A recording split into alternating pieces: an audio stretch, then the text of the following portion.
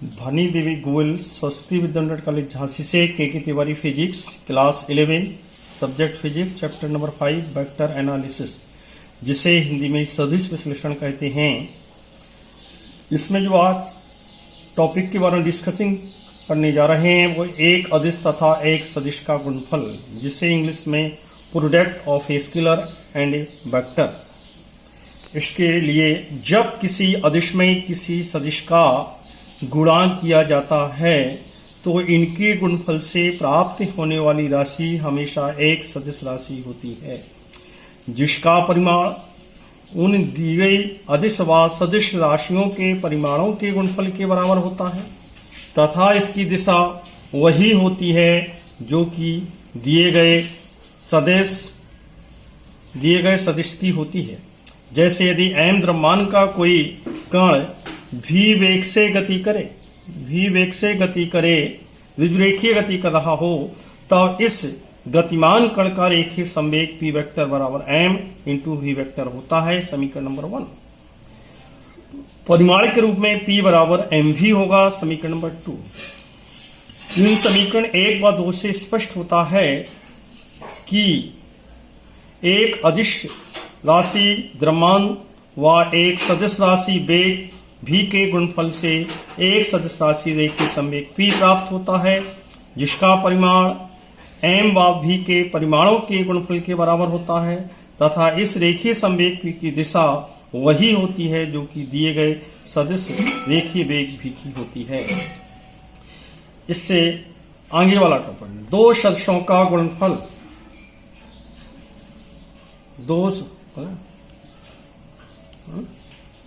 दो सदिशों का गुणनफल प्रोडक्ट ऑफ टू वेक्टर्स।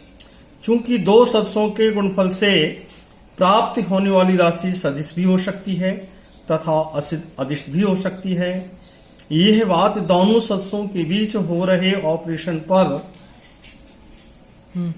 निर्भर करती है। अतः जब दिए गए दोनों सदिशों के बीच ऑपरेशन क्रॉस का हो रहा होता है तो इनके गुणनफल से प्राप्त होने वाली राशि हमेशा एक सदिश राशि होती है, और यदि इन दिए गए सदिशों के बीच ऑपरेशन डॉट का हो रहा होता है तो इनके गुणनफल से प्राप्त होने वाली राशि हमेशा एक अदिश राशि होती है। इससे स्पष्ट होता है कि दो सदिशों का गुणन दो प्रकार का होता है। नंबर 1 दो सदिशों का सदिश गुणन, और इसी को क्रॉस प्रोडक्ट भी कहते हैं और इंग्लिश में से cross product of two vectors कहते हैं। तथा नंबर 2 दो सदिशों का अदिश गुणन या स्केलर प्रोडक्ट, इंग्लिश में जिसे dot product of two vectors कहते हैं। जैसे बल तथा विस्थापन दोनों सदिश राशियां हैं, जबकि इनके गुणनफल से प्राप्त होने वाली राशि बल आघूर्ण टाउ वेक्टर प्राप्त हो सकती है तथा कार्य W भी प्राप्त हो सकती है, क्योंकि बल आघूर्ण टाउ वेक्टर बराबर F vector cross D vector होता है तथा कार्य W बराबर F vector dot D vector होता है। इनमें बल आघूर्ण टाउ वेक्टर एक सदिश राशि है तथा कार्य W एक अदिश राशि है। इसके बाद दो सदिशों का क्रॉस या वेक्टर गुणनफल की परिभाषा के लिए जब दो सदिशों का गुणा करने पर उनके गुणनफल से प्राप्त होने वाली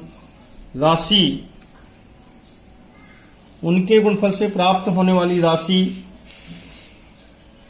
सदिश राशि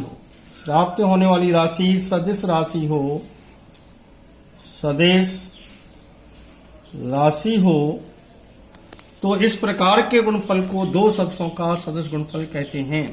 इसे लिखने के लिए दोनों सदिशों के बीच में क्रॉस का चिन्ह बना दिया जाता है। माना कि दो दिए गए सदिश वेक्टर A व वेक्टर B हैं तथा इन सदिशों के बीच बनने वाला कोण थीटा है, तब इन दोनों सदिशों के सदिश गुण को vector A cross vector B से प्रदर्शित किया जाता है। अतः B वेक्टर बराबर vector A cross vector B बराबर mod of A vector cross B vector into sine theta into N cap समीकरण नंबर 1। इस समीकरण 1 से ये स्पष्ट होता है कि दो सदिशों के सदिश गुणनफल से प्राप्त होने वाली राशि हमेशा एक सदिश राशि होती है जिसका परिमाण दिए गए उन दोनों सदिशों के परिमाणों एवं उनके बीच बने कोण की ज्या के गुणनफल तथा एक एकांक सदिश एन कैप के गुणनफल के बराबर होता है तथा इसकी दिशा दिए गए दोनों सदिशों के सम्मिलित तल के हमेशा लंबवत होती है।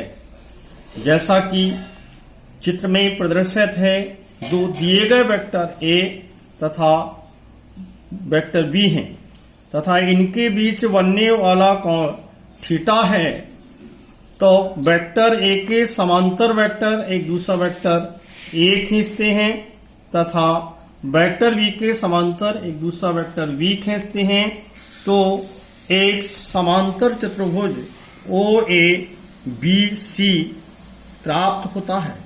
इस समांतर चतुर्भुज ओबीसी में वेक्टर ए तथा वेक्टर बी का सम्मिलित तल जो होगा वो ओ ए बी सी होगा। अतः इन दोनों सदिशों वेक्टर ए तथा वेक्टर बी के गुणनफल से प्राप्त होने वाली माना कि कोई सदिश राशि बी वेक्टर है। अच्छा, इस बी वेक्टर के अनुदिश जो एकांक सदिश है माना कि एन वेक्टर है। अतः इस बी वेक्टर की जो दिशा होगी वेक्टर ए तथा वेक्टर बी के सम्मिलित तल के हमेशा लंबवत होती है, ऑलवेज लंबवत होती है। ये रही दो सदिशों के सदिश गुणनफल अथवा cross product of two vectors के बारे में।